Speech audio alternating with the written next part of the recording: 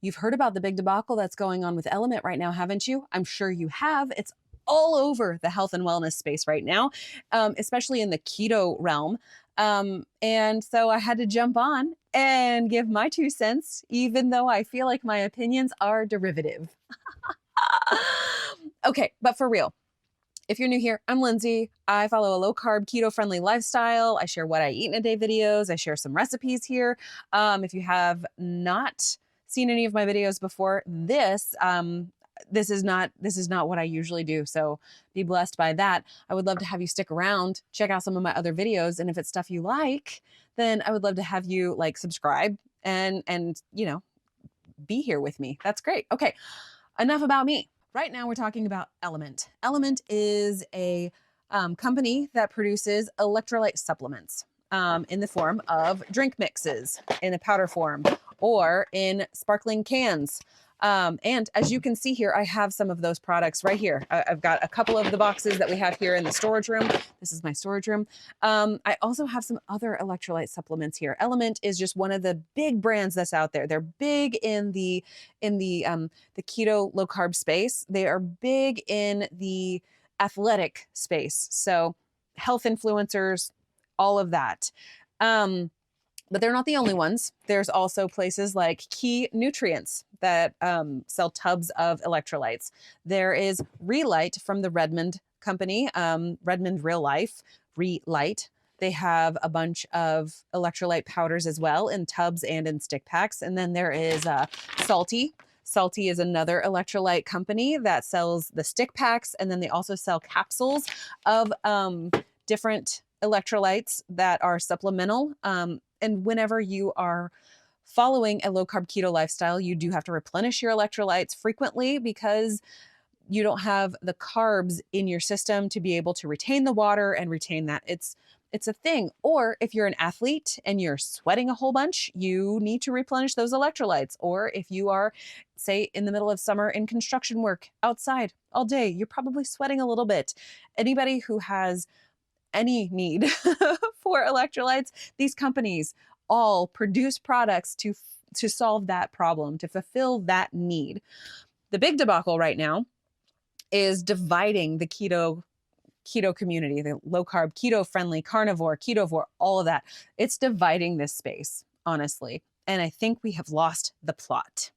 That's really what my opinion is. I think that we have gotten way far away from what the real thing, or the thing that matters most really is. And we are divided about this particular topic. If you're not aware of what the drama really is, let me try to boil it down into just like a few moments of information. So in LMNT, they talk about how they don't have any dodgy ingredients. They buy their ingredients and then they put together their product and they ship it out to customers to consume and be happy. Everybody's moving forward. They do use natural flavors in LMNT. They use natural flavors in KetoChow. They use natural flavors in Key Nutrients. They use natural flavors in Redmond Relight. They use the natural flavors in a lot of different powdered products. If it has, or in a lot of products, liquid. Yeah, I mean, even liquid has natural flavors. But when it comes to the powdered products, the flavoring has to be bound to something that can be powdered, something that can be dried. And industry standard is typically maltodextrin. That maltodextrin can be covered under the ingredient natural flavors in these products. And the manufacturer of those natural flavors has the proprietary hold on those specific ingredients they use. And maltodextrin is pretty cheap to bind these flavors to. So it makes sense for them financially to be able to pay their people and turn a profit and all that to use a cheap ingredient. And there are loads of people who use this. Like if you've got a protein powder that has a flavoring in it, like if you have a strawberry protein powder, it probably has maltodextrin in it unless it says otherwise. The biggest debacle here is the fact that LMNT originally thought that it had a certain volume of maltodextrin in each stick pack. And after some third-party testing, they learned that that was not the case. And they are trying to share that information to some degree. And a lot of people feel very, very misled. They are upset with the lack of transparency, or they feel a way about it. And I can understand feeling a way, because in this day and age, everybody values um, crystal clear transparency about every little thing. And that's challenging, because these companies, they want to be able to produce a product that people want, but they also want to make sure that they get their share of the market. And I'm not saying that's a bad thing, and I'm not saying it's a good thing. I'm just saying, like, I get it. Like, if you had a specific type of product that all of a sudden anybody could produce anywhere, you're going to get ripped off. And that doesn't feel good whenever you've put that much work and effort into everything that you have done for however long. So there's challenges. There are things that are not ideal, and yet they're there. The law allows that proprietary blend to be tucked away so that that manufacturer can have their, make their profit. And then these companies come together and they say, well, we need to source some form of a natural flavor, because natural flavors sound better than artificial flavors. And I'm not going to disagree with that. This whole debacle is just about people feeling like there's a lack of transparency. At least that's sort of the boiled down thing. And I feel like my personal opinion on it is that